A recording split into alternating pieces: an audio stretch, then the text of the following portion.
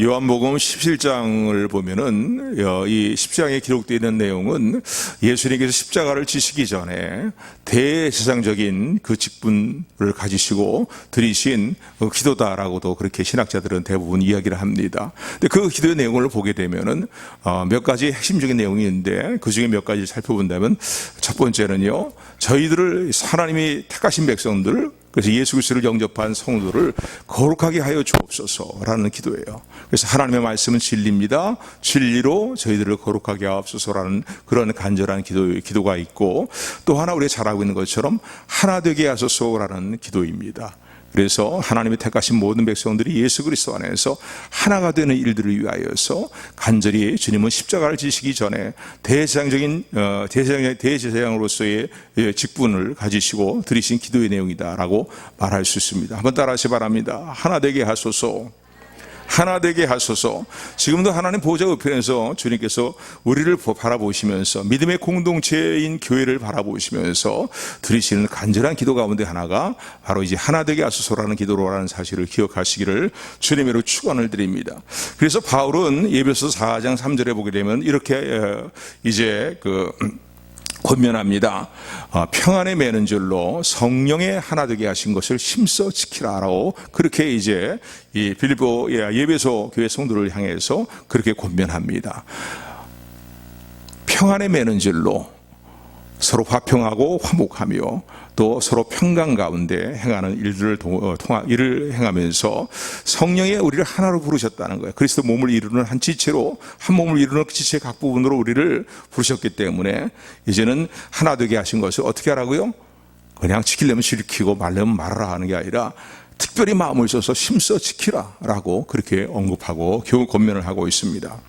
오늘 이 로마서의 말씀을 보게 되면은요, 바울이 활동할 당시에, 사역을 감당할 당시에, 그 당시에 로마 교회는 어떤 문제를 가지고 있었냐면은요, 이 비본질적인 어떤 삶의 이 신앙생활의 규례들, 비본질적인 삶의 규례로 인하여서 교회가 하나 되지 못하고 서로 의견이 분분하면서 의견이 갈라지는, 그래서 이런 일로 말미암아서 교회가 분열의 될 그런 위기에 놓여 있었고, 더 나아가서 심하게는 교회가 이런 일로 말미암아 교회가 분열되고 교회가 무너지는 이제 그런 결과를 가져올 수 있다는 그런 우려가 있는 이제 분열의 문제가 있었습니다. 근데 그 분열의 문제는 무엇 때문이냐면 오늘 본문을 통해서 깨닫게 되는 것이지만요, 사소한 비본질적인 어떤 삶의 규례들이에요. 신앙생활의, 교회생활의 규례들이에요.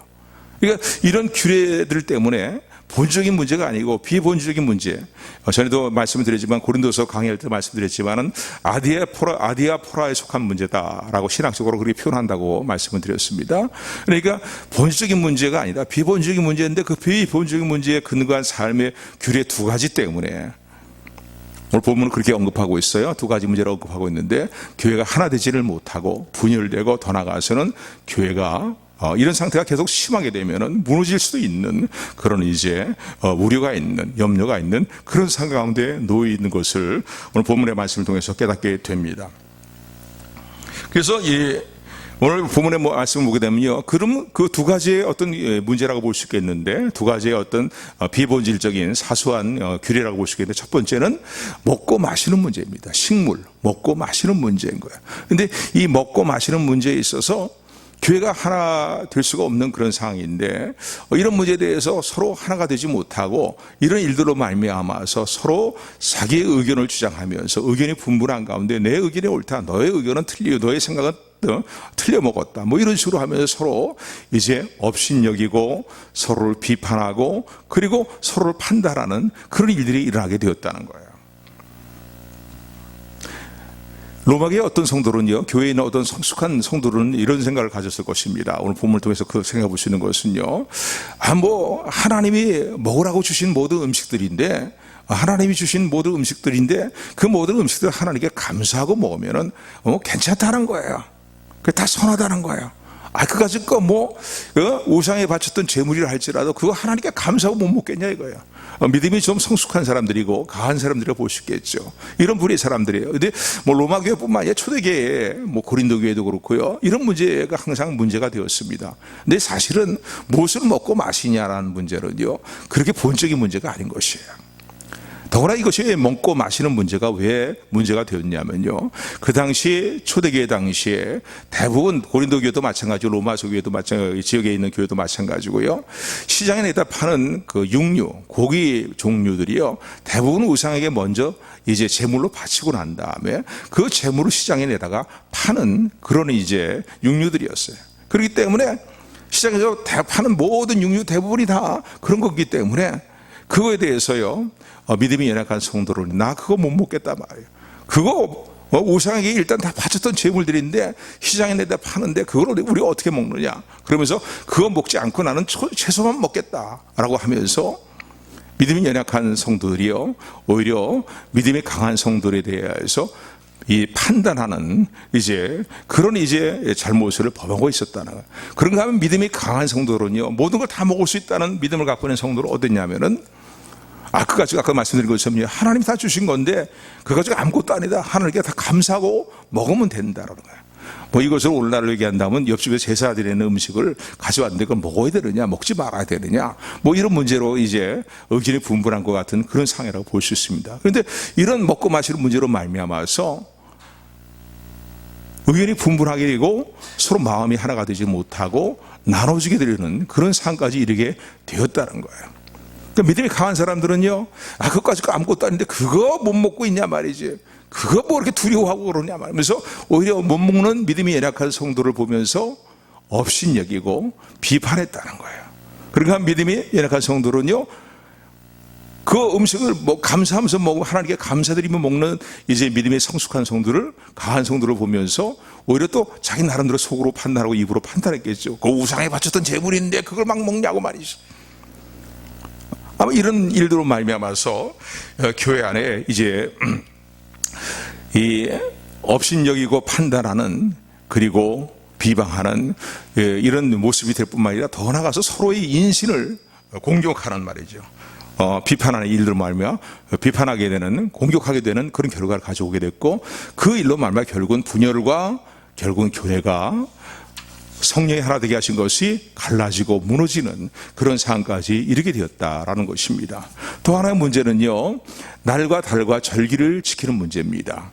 골로새서에도 골로새 교인들을 향해서 바울이 이렇게 언급하고 있는데 아마 초대교회가 갖고 있던 거의 비슷한 문제들이었던 것 같아요. 먹는 거 문제, 그리고 또 하나는 날과 달과 절기를 지키는, 안식일을 지키고 월삭을 지키고 또 절기를 지키는 문제들로 인하여서 이제 의견이 분분하여서 서로 그 의견이 상대방의 어떤 나와 다른 의견을 용납하지 못하고 관용하지 못하고 그리고는 서로 이제 뒤틀어져 버리는, 그래서 하나 되게 하신 것을 성령이 하나 되게 하시고 주님의 한 몸을 이루게 하신 것을 서로 이제 나누는 그 분열의 일들이 일어나게 됐다는 거예요. 여러분, 주님이요 교회를 보면서 가장 마음 아파하신 일 가운데 하나가 무엇이냐면요 한 몸으로 부르신, 그리고 주님의 몸을 이루고 있는 지체들이 하나 되지 못하고 분열되는 모습을 보게 될 때에 주님이 정말로 그 모습을 보면서 마음 아파하시고요 그 모습 보고 주님이 정말로 너무나 슬퍼하십니다. 여러분, 이 사실을 기억하시기를 주님으로 축원을 드립니다. 고린도전서 강의할 때도 그런 말씀을 통해서 함께 살펴봤습니다. 고린도 교회는 은사가 굉장히 많은 교회였어요. 다른 어떤 교회보다 하나님의 은사가 남달리 다른 교회보다 많이 주어진 그런 교회였는데, 그 고린도 전서를 보게 되면은 바울이 제일 먼저 책망부터 먼저 합니다. 그들을 위로하면서 책망하는데, 그 책망이 뭡니까?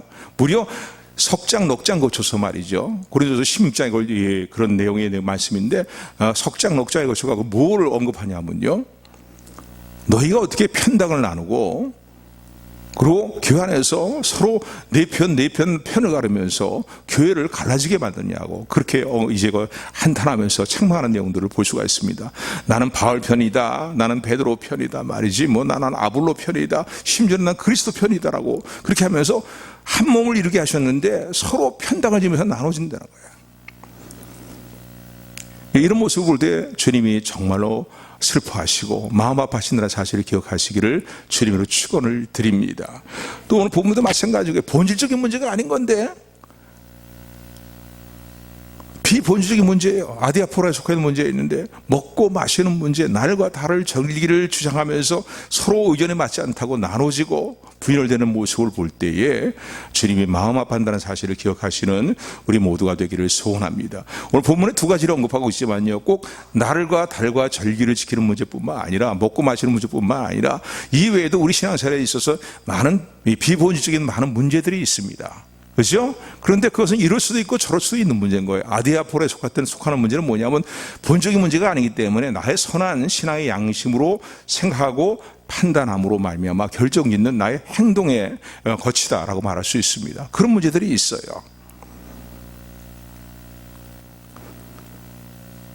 그러니까 사소한 문제지만은요, 그건 본적인 문제가 아니지만은 그러나 이럴 수도 있고 저럴 수도 있는 문제가 있단 말입니다. 그 여기에 적용해서 넓게는 이런 내용들을 다 적용을 해서 오늘 본문의 말씀을 살펴보시면서 함께 오늘도 우리에게 말씀하시는 주님의 음성을 마음에 새기고 그 말씀대로 행하는 저 여러분들이 되기를 주님의 이름으로 축원을 드립니다. 그래서 날과 달과 절기를 지키는 문제에 대해서는 골로새 2장 16절에 보면 이렇게 언급하고 있어요. 그러므로 먹고 마시는 것이나 절기나 월삭이나 안식일을 인하여 누구든지 너희를 비판하지 못하게 하라라고 이렇게 언급하고 있습니다. 오늘 본문에도 마찬가지죠. 초대기의 상황들을 보게 되면은요, 이런 상황들, 예를 들어서 이런 상황이 될 수가 있는 거죠.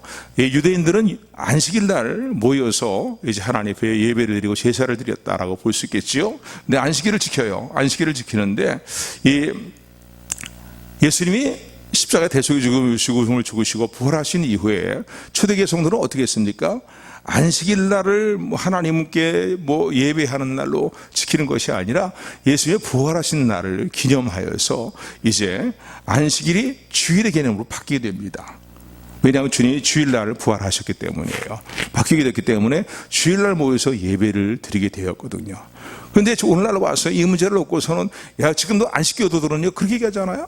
토요일날이 안식일인데 너희들은 맨날 일요일날 주일날을 모여서 예배 드린다고 하느냐 말이지. 이거 잘못되고 얘기하거든요. 그들은 토요일을 강조해요. 그리고 우리를 비판하고 우리를 어떻게 판단하고 그래요. 이런 문제라고 볼 수 있어요. 그런데 사실 엄밀히 따져보면요, 좀 더 깊은 얘기도 나중에 나눠야 되겠지만은 어느 날을 예배하든 간에 중요한 것은 우리 마음의 중심이 하나님을 향해서 주님을 향해서 바르게 서 있다면은, 그리고 또 성령이 하나 되게 하신 것을 아름답게 지켜나가야겠다는 그 마음의 중심을 가지고 행한다면은 어느 날 모여서 예배를 드리든 간에 그 예배는 어느 날 모이든지 상관이 없는 거예요. 가령 예를 든다면요, 오늘이 주일이라고 해서 모이지만은 저 외국의 먼 지역에 있는 성도들은요, 다른 날 모여서 예배드릴 수 있는 것이거든요. 그렇기 때문에 이런 문제를 가지고 날과 달과 절기를 지키는 문제들, 더구나 우리나라에도 국내에도 이단들이 있잖아요. 꼭 이 문제 갖고서 들고 쓰시는 말이죠. 그런 이단들이 있거든요. 안산홍의 증인이라든가 모르는 이단들이 있거든요. 이들은 날과 달과 절기를 강조해요. 그거 안 지키면 안 된다는 거예요. 유월절이라는 절기를 우리 영적인 의미로 우리가 받아들여야 되는데, 그래서 예수님 십자가의 구속의 은혜를 감사하면서 이제 하나님을 예배해야 될 텐데, 그 유월절이라는 절기를 지켜야 된다는 거야. 그걸 어떻게 구원받기 위해서 어떤 하나 주님의 은혜를 마음에 새기는 것보다는 구원의 하나의 조건으로서, 아니 유월절 절기를 지키지 않으면 구원받지 못한다는 식으로 몰아가거든요. 그러니까 이런 문제라고 볼 수 있어요. 그런데 이제 교회 안에서 진정으로 거듭난 성도들의 모습은요, 이런 비본질적인 문제에 대해서 우리가 서로 의견이 다르다 할지라도 그렇게 행해서는 안 된다라는 것이 오늘 본문의 말씀입니다. 그래서 오늘 본문의 말씀 보게 되면요, 본문 5절의 말씀 보면 이런 이야기를 듣고 바울은 마음이 굉장히 답답했겠죠.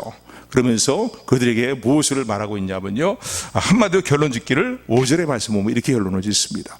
우리 5절 말씀 같이 합독합니다. 시작. 혹은 이날을 전날보다 낮게 여기고,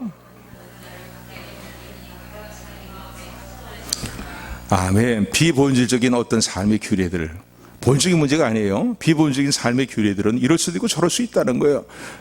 자기의 어떤 개인적인 생각과 마음가짐을 따라서 이럴 수도 있고 저럴 수도 있다는 거예요. 이건 어떻게 해요?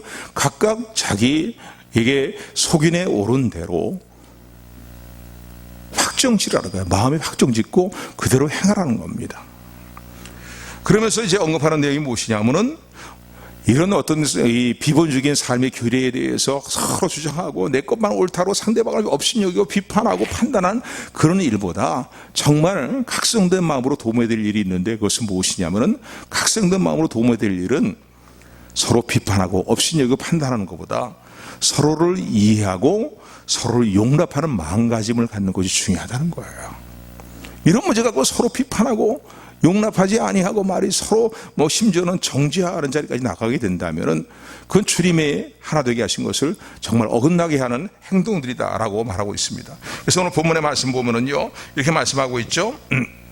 1절부터 3절까지 말씀해요. 우리 같이 1절부터 3절까지 말씀 같이 합독합니다. 시작.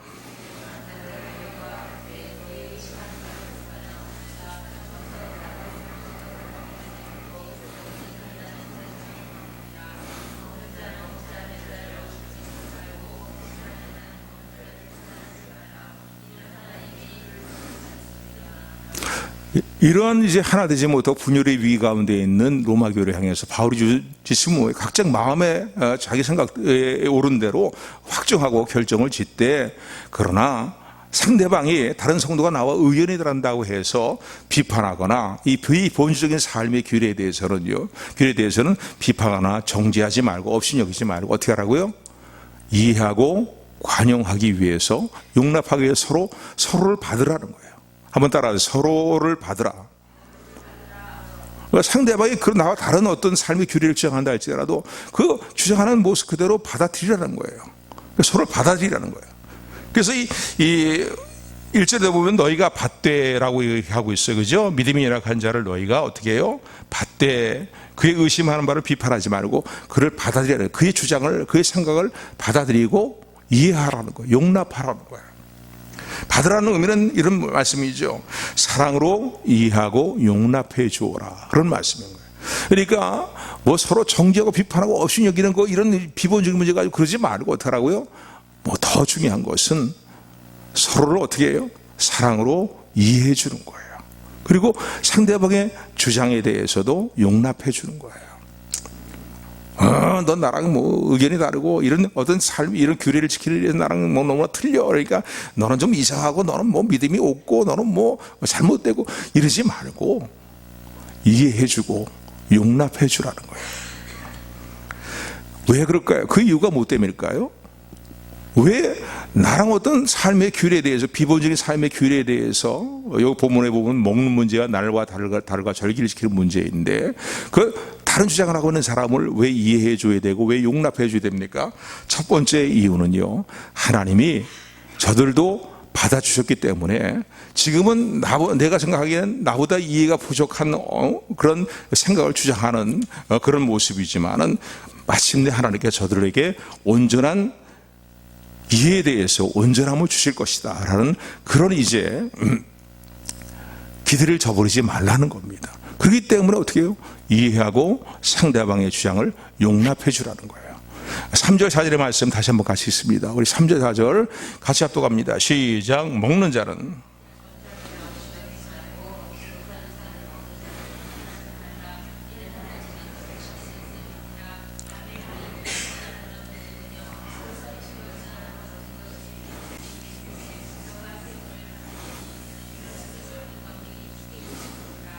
나랑 의견이 다른 사람을 왜 이해해 줘야 되고 용납해 줘야 됩니까? 하나님이 나를 받아주셨듯이 하나님이 상대방의 성도들도 나와 의견이 다른 성도 하나님이 이미 받으셨다는 거예요. 예수 그리스도 안에 있는 사람은 분명하니까, 그죠? 예수 그리스도의 십자가의 보혈을 믿고 의지하며 죄 사함을 받고 구원받은 하나님의 자녀가 되고 분명하기 때문에 저 성도가 지금 나와 다른 어떤 주장을 하고 있어도 본질적인 문제가 아니라고 얘기했어요. 여러분 혼돈할까 봐 자꾸 강조해서 말씀드리는 거예요.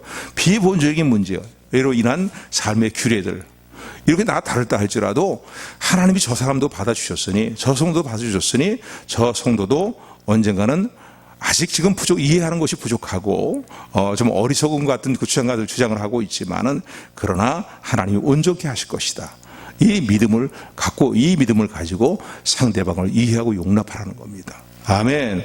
상당히 중요해요. 지금 아까도 말씀드린 것처럼 꼭 먹고 마시는 문제뿐만 아니라 우리 삶의 모든 어떤 비본적인 문제에 대해서 이런 게 서로 중요해요. 서로 이해해주기 위해서 아, 저 사람도 예수 그리스도 아닌 사람이다. 하나님 받으신 사람이고, 그리고 지금 좀 부족한 모습이 보여도 하나님이 온전케 하실 것이다. 이런 마음가짐을 가지고 서로를 용납할 수 있는 우리 모두가 되기를 주님으로 축원을 드립니다.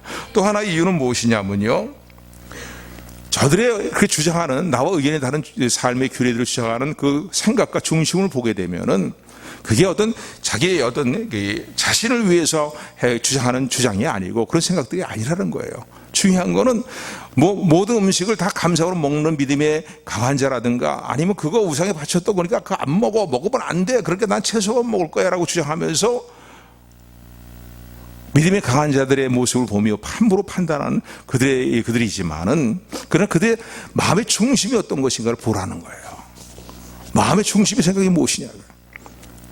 고기 안 먹고 나는 채소만 먹을 거야 라고 주장하는 그 믿음이 연약한 성도들의 마음의 중심을 보면은, 안 먹는 것도, 고기 같은 거 안 먹는다고 그렇게 하는 것도 주님을 위하는 마음 때문에 그렇다는 거예요. 그러니까 마음의 중심이 자신을 위한 것이 아니라 주님을 위해서 행하는 그런 어떤 주장을 하고 그런 행동을 한다는 사실을 이해해 줘야 된다는 거예요. 그렇기 때문에 이해해 줘야 된다는 거예요. 또 믿음이 강한 사람이 먹는 것도 자신을 위해서 먹는 게 아니고 주님을 위해서. 그래서 계속 강조되는 단어가 오늘 본문의 말씀 보게 되면 6절에 보면은 주를 위하여라고 이렇게 강조하고 있어요. 오늘 6절부터 우리 8절까지 말씀 같이 또 갑니다. 시작. 나를 중히 여기는 자도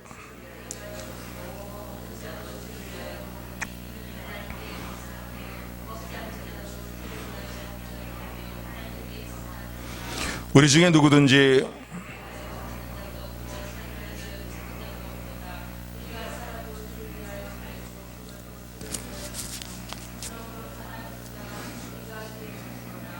아멘. 그래서 이렇게 해서 나와 의견이 다른 사람들의 그 주장도 그 주장이 자신을 위한 것이 아니고 주님을 생각하면서 주님을 위해서 주장하는 내용이라는 사실을 기억하면서 어떻게 하라고요? 이해해주고, 이런 이유 때문에 용납하라고. 하나님이 받으셨다. 하나님이 온전케 하실 것이다. 또 저들이 주장하는 그 내용도 나랑은 다르지만은 주님을 위해서 하나님의 영광을 생각하면서 행하는 생각들이고 일들이다. 그걸 이해하고서 그렇기 때문에 용납하라는 거예요. 아멘, 아멘.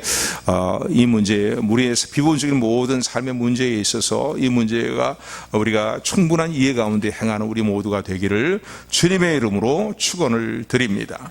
두 번째는요, 비판하지 말고 용서하고 용납하라, 이해하고 용납하라는 말씀이고, 두 번째는요, 그렇다면은 이제는 서로 화평하는 일들과, 화평함을 이루는 일들과, 화목함을 이루는 일들과 서로 덕을 세우는 일들에 힘을 쓰라는 거예요. 그래서 상대방이 부딪히게 되는 문제들을 계속 주장하면서 그 앞에 놓고 말이죠. 또 상당히 거칠 것이 되는 그런 것들을 계속 주장하면서, 그러면서 상대방을 넘어지게 만드는 결과를 이루지 말고 화평의 일들과 덕을 세우라는 거예요. 본적인 문제는 항상 믿음이 연약한 성도나 강한 성도나 본적인 문제는 일치함이 돼요. 일치가 있어야 돼요. 일치됨이 있어야 돼요. 그거는 뭔가 타협할 수 있는 문제도 아니고, 그거는 뭔가 매혹되게 행해서는 안 되는 문제인 거예요. 양보할 수 있는 문제도 아닌 거예요. 그러나 이런 비본적인 문제에 대해서는 서로 용납하고 이해할 뿐만 아니라 화평과 덕을 세우는 일들을 행해야 된다는 거예요. 오늘 본문의 말씀 보면 이렇게 말하고 있어요. 오늘 본문의 말씀에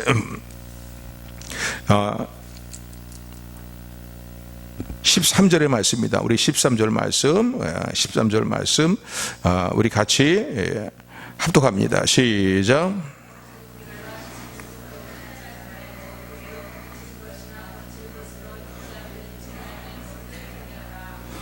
예, 19절 말씀도 있습니다. 시작. 이러므로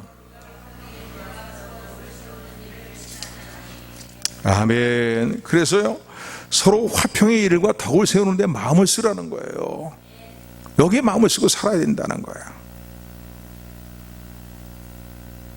교회도 보면요, 사소 문제, 비본적인 문제 때문에 서로 다투고 싸우고 편당이 갈라지고 말이죠, 서로 경원시하고 멀리하는 그런 일들은 얼마나 많아요. 여러분, 가정에서도 자녀들이 화목하지 못하고 서로 다투고 싸우고 분열되는 모습을 보면 부모의 가슴이 찢어지는 것 같은 그런 아픔이 있는 거거든요. 슬픔이 있는 것이거든요. 그런데 하물며 우리 하나님 아버지께서, 우리 주님께서 이런 모습을 보시면 얼마나 마음이 아프시겠어요. 그렇기 때문에 어떻게 해요? 우리가 이제 마음을 써야 될 건 다투고 싸우고 자기 주장이 옳다고 막 그러는 거, 그런데 연연하지 말고 어떡하라고요? 서로 화목하는 일에, 화평을 이루는 일에, 그리고 서로 덕을 세우는 일에 마음을 쓰고 살라는 거예요. 거기에 마음을 정말 써야 된다는 거예요. 거기에 마음을 쓰라고 그렇게 말합니다.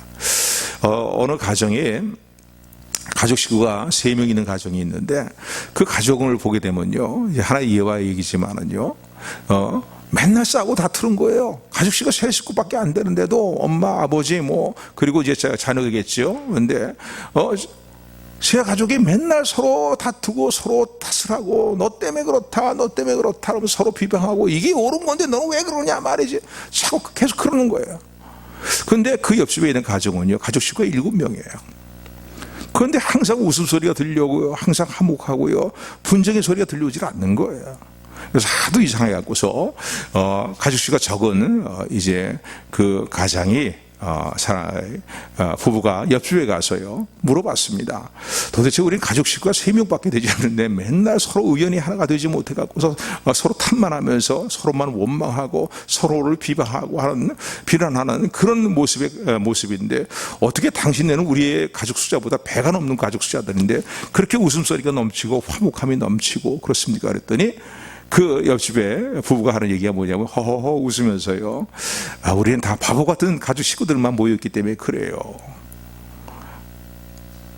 그래서 이야기를 하는데, 가령 예를 든다면은 어느 가족 중에 하나가 물컵을 깨뜨리게 됐, 실수로 물컵을 깨뜨리게 되었을 때에, 물컵 깨뜨린 이제 그 가족 식구, 그 당사자는 먼저 모든 가족들에게 미안하다고, 내가 실수했다고 얘기를 한다는 거예요. 그러면 그걸 끝나는 게 아니라 또 다른 가족이 그걸 보고 있다가, 아이고, 너만 그런 게 아니야, 내가 잘못했어, 너만 잘못한 게 아니라 그 자리에 내가 물컵을 갖다 놓은 것이 내 잘못 때문에 그런 거야, 그거 놓지 말아야지. 그런데 내가 놨기 때문에 그 물컵을 네가 떨어뜨려서 깨뜨리는 실수를 한 거야. 그러면 또 다른 가족이 보고 가만히 있는 게 아니라, 그래, 그렇지만은 아니야, 나도 잘못했어.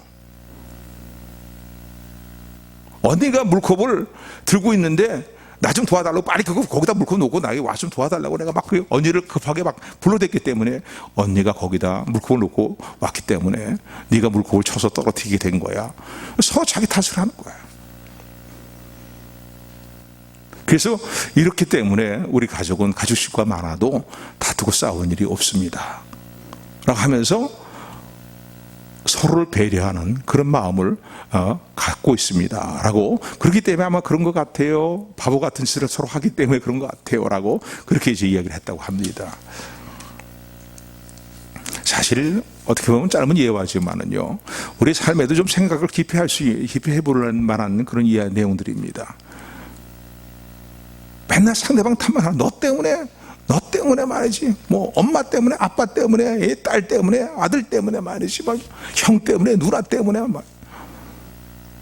이게 오늘날 어떻게 보면 잘못되어 가고 있는 가정들의 하나의 영성이 아닌가라고도 생각해 볼 수 있습니다. 그러므로요, 서로 상대방에 대해서 이해하는 관용의 마음을 갖는 우리 모두가 되기를 주님으로 축원을 드립니다. 덕을 세우고 화목하고 화평의 일을 이루기 위해서는요, 관용의 마음을 가져야 돼요. 그럴 수 있지라는 거예요. 나도 저렇게 실수할 수 있고 저럴 수 있다는 거예요. 그리고 상대방을 탓하기보다는 나도 그 일에 있어 나도 잘못한 게 있어라고 스스로 돌아보면서 서로 관용하고 배려하는 마음을 갖는 우리 모두가 되기를 주님으로 축원을 드립니다. 또 서로 화목하고 덕을 세우기 위해서 또 하나 우리가 이 마음에 새겨야 될 중요한 내용이 있는데, 그것은 뭐냐면 양보하고 그리고 배려하는 가운데에 내가 권리를 누릴 수 있지만, 내 권리이기 때문에 누릴 수 있는 것이지만 내 권리를 스스로 포기하는 그런 자세가 중요하다는 거예요. 내가 누릴 수 있는 권리인데 내가 왜 이걸 양보해? 내가 이런 생각을 왜 양보해? 내가 이런 권리를 왜 내가 포기해? 어떻게 보면 희생한다고 볼 수 있겠죠. 희생해라고 얘기할 문제들이 있다는 거죠. 그러나 그럴 때에도 어떻게 해요? 서로를 양보하고 배려하는 마음을 갖는 저 여러분들 되기를 주님으로 축원을 드립니다. 전에도 한번 드린 말씀이지만요, 실포전 목사님, 상당히 훌륭한 목사님이고 설교가로서 아주 이름이 나 있던 목사님이죠. 존경받을 만한 목사님이신데, 이 목사님이요, 목회를 하면서 한때는 담배를 피는 골초였다는 거예요. 그래서 담배라는 거예요. 그러면서 성도에게도 하는 얘기가 뭐냐면요, 목사님, 왜 이렇게 담배를 피십니까? 라고 성도들이 얘기를 하면은, 지금도 저 외국이나 서양에 나가고 하면은, 오게 되면은, 담배 피는 목회자도 많이 있어요. 많이 있습니다. 근데 이 스포전 목사님이 그런 얘기를 하더라는 거죠. 이 담배 피는 것은 본질적인 문제가 아니다. 건강상의 문제지 비본적인 문제이기 때문에 담배 피는 문제를 가지고서 상대방을 정죄하거나 비판해서는 안 된다. 그렇게 항상 얘기해 왔다는 거예요. 상대방 담배를 피는 이유에 대해서 이해해 줘라. 이렇게 얘기를 했다는 거죠. 항상 이 주장을 했고, 성도는 그렇게 또 가르침을 받았다는 거예요. 근데 여러분, 담배를 피게 되면 하나님 우리 주신 건강을 해치게 되는 건 너무나 분명한 겁니다. 그죠? 해치게 되는 건 너무 분명한 얘기예요. 그러니까 우리 건강을 잘 관리하는 것도 우리가 또 해야 될 중요한 부분이라는 사실을 기억하시기를 주님으로 축원을 드립니다. 심지어는 이 얼마나 담배 골초였는지요. 어느 동네에 어느 담배를 파는 가게에서는요, 그런 문구까지 써붙여놨다고 합니다. 스포전 목사님이 잘 피는 담배를 저희 가게에서 팝니다라고. 그런 문구까지 붙여놨다는 거예요. 그래갖고 성도들이요, 그 문구를 보고서 목사님 막 찾아가고서, 목사님 저 아래 있는 담배 파는 가게 있잖아요. 그 가게에 목사님 이름까지 붙여갖고서는요, 목사님이 잘 피는 담배를, 스포전 목사님 상당히 큰 목회를 하셨거든요. 담배를 팔고 있습니다. 그랬더니, 그래? 그리고 스포전 목사님이 그 얘기들이 웃으시더니 말이죠. 이제 내가 담배를 끊을 때가 됐네. 그런 얘기를 하더라고요. 그러니까 성도가 의아한 거죠. 목사님이 화가 나고서 이렇게 하든지 이렇게 하실 것 같았는데 말이죠. 내가 이제 담배를 끊어야 되겠네. 그런 얘기를 하니까, 아니 목사님, 얼마 전까지도 담배를 피고 하는 이런 문제는, 피는 문제는 비본질적인 문제이기 때문에, 이건 이럴 수도 있고 저럴 수도 있는 문제이기 때문에 본인이 각각 마음에 확정되는 대로 행하는 문제라고 그렇게 말씀을 하셨는데, 어찌해서 이제 목사님이 담배를 또 그런 교훈을 주시면서 우리 담배를 이제 끊겠다고 그렇게 말씀을 하십니까? 그러니까 목사님이 하는 얘기가 뭐냐면요, 나로 인하여서 많은 사람들이 또 담배를 피워야 되지 않겠냐는 거죠. 담배 파는 가게에서 내 몸 이름까지 내걸고서 담배를 팔고 있으니까 말이죠. 그렇기 때문에 많은 사람들이 건강을 위해서라도 내가 이제는 담배를 끊을 때가 된 것 같네. 그리고 담배를 끊으셨다는 거예요. 담배를 필 수 있는 어떤 권리가 있어요. 폭넓게 생각하시고 꼭 이 문제만 생각하지 마시고요. 내가 누릴 수 있는 권리가 있는데 어떻게 해요? 상대방이 그것 때문에 실족하거나 넘어지는 일들, 또 신앙생활에 있어서 어떤 부딪히는 일들 말이죠. 넘어지는 어떤 결과를 가져오게 된다면 그 권리를 내가 사용하지 않겠다는 거예요. 포기하고 희생하고 양보하겠다는 거예요. 그런 이런 마음가짐을 가지고 우리가 서로를 대하게 될 때에 우리가 서로 화평의 일들을 이뤄나가고 덕을 세워나간다는 사실을 기억하시기를 주님의 이름으로 축원을 드립니다. 여러분, 교회는요, 진리의 기둥과 터라고 디모데서 보면 그렇게 말하고 있습니다. 교회는 어떻게 해요? 진리의 기둥과 터가 되는 진리를 확립하고 진리를 사수하고 진리를 전파해야 될 것이 성도의 사명일 뿐만 아니라 교회의 사명이라는 사실을 기억하시기를 주님으로 축원을 드립니다. 그렇기 때문에 이 사실을 우리가 분명히 새기고요, 본적인 문제에 대해서는 조금도 용납하고 타협할 수가 없는 거예요. 용납하고 타협해서는 안 돼요. 이거로 해서 상대방을 이해한다든가 그런 자세가 갈 수가 없는 거죠. 요즘 같은 경우에 볼 때 동성애 차별금지법을 통과시키자 말이죠. 그래서 동성애 차별금지법으로 인권 보호해서 상대방의 인권도 보호해줘야 되지 않겠느냐, 이런 식으로 하는 거는 뭡니까? 진리에 어긋나는 일들이거든요. 하나님 말씀이 진리인데 진리에서 어긋나는 일들이에요. 그러니까 교회는 여기에 대해서 이해해주거나 동조하거나 마음을 같이 할 수가 없는 것이죠. 목사들 세계에도요, 공산주의를 용납하는 목사들이 있어요. 그 잘못된 목사들이죠. 진리의 하나님 말씀에 근거해 생각해보면요, 공산주의를 용납할 수가 없는 거예요, 우리가요. 이해해야 된다. 상대방을 이해해야 된다. 용납해줘야 된다. 어떤 이런 인본적인 생각들에 대해서 진리에 어긋나는 일들은 용납할 수 없다는 사실을 분명히 하고, 진리에 관계되는 모든 일들은 항상 일치된다는 사실을 믿으시기를 주님으로 축원을 드립니다. 꼭 예수님 믿는다고만 구원받는다고 주장하지 말아라 말이지. 다른 종교를 통해서 다 구원을 이룰 수 있고 다 착하게 살고자 하는 것이고 구원받고자 하는 것인데, 다른 종교도 인정해 줘야지. 독선적으로 기독교는 말이지 꼭 예수님만 믿어야 된다고 얘기하느냐. 어떻게 보면 그들이 주장대로 얘기하면 독선적인 걸로 보이지, 독선적으로 보이는지 모르겠지만요, 그건 어떻게 해요?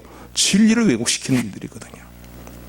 교회는, 믿음의 공동체는요, 진리를 확립하고, 말씀의 성경의 근거에서 진리를 확립하고 사수하고 전파해야 된다는 사실을 기억하시기를 주님으로 축원을 드립니다. 그러나 오늘 제가 폭넓게 모든 걸 정리한으로 말씀을 드린다면요, 우리 삶의 비본질적인 문제들이 있다는 거예요. 이것 때문에 막 싸우고 다투는 일이 얼마나 많아요. 그렇잖아요? 비본질적인 문제들, 이런 문제에 대해서는 어떻게 해요? 서로에 대한 것들을 이해하고 용납하고 서로를 관용하고, 또 내가 양보해야 될 일은 양보하고 희생할 일들은 희생하고 내 주장을 꺾는 일을 꺾고, 그리고 어떻게 해요? 화평의 일들을 이루고 서로 덕을 세우는 일들에 마음을 쓰고 살아가는 우리 모두가 되기를 주님의 이름으로 축원합니다. 그래서 갈라디아서 5장 13절로 이렇게 말합니다. 형제들아, 너희가 자유를 위하여 부르심을 입었으나 그러나 그 자유로 육체의 기회로 삼지 말고 오직 사랑으로 서로 종노릇하라. 아멘. 오늘 주신 말씀들을, 또 이러한 규례들을 마음에 잘 새기면서 우리 믿음의 공동체인 우리 선부장로교회가 하나님 보시기에 아름다운 믿음의 공동체, 건강한 공동체의 모습으로 더욱더 부흥 발전하며 또 사랑이 넘치는 가운데에 합력하여서 주님의 뜻을 이루어나가는데 더욱더 아름답게 쓰임받는 여러분들의 삶이 되기를 원하고, 우리 교회의 모습이 되기를 소원합니다. 주님의 이름으로 축원합니다. 은혜의 하나님, 사랑의 하나님,